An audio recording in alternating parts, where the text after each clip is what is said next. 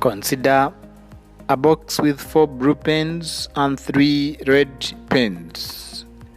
The sample space is 7 pens. A pen is picked at random, its color noted, and is pressed back in the box. Either a red pen can be picked, and the probability will be 3 out of 7, since all red pens have equal chance of being picked, or a blue pen can be picked and the probability will be 4 out of 7, since all blue pens have equal chance of being picked. Note that the pen was pressed back in the box, implying that in the second picking, the sample space will remain the same. A second pen is then picked and its color is noted. Note that if a red pen was picked first, then the probability of picking a red pen second is 3 out of 7 and a blue pen is 4 out of 7. Alternatively, if a blue pen was picked first, then the probability of picking a red pen second is 3 out of 7 and a blue pen is 4 out of 7.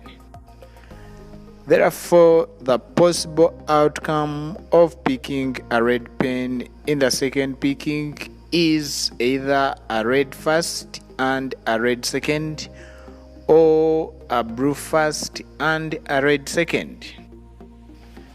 The probability of picking a red pen first and a red pen second is 3 out of 7 times 3 out of 7. We multiply the probabilities because of the word "and" since it is a red and a red. These events are also called independent events since picking the first color does not stop the picking of the second color. Then the probability of picking a blue pen first and a red pen second will be 4 out of 7 times 3 out of 7.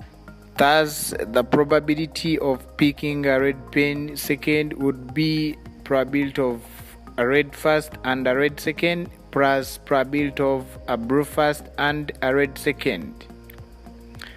We add because of the word "or" since the two outcomes are not the same and are said to be mutually exclusive.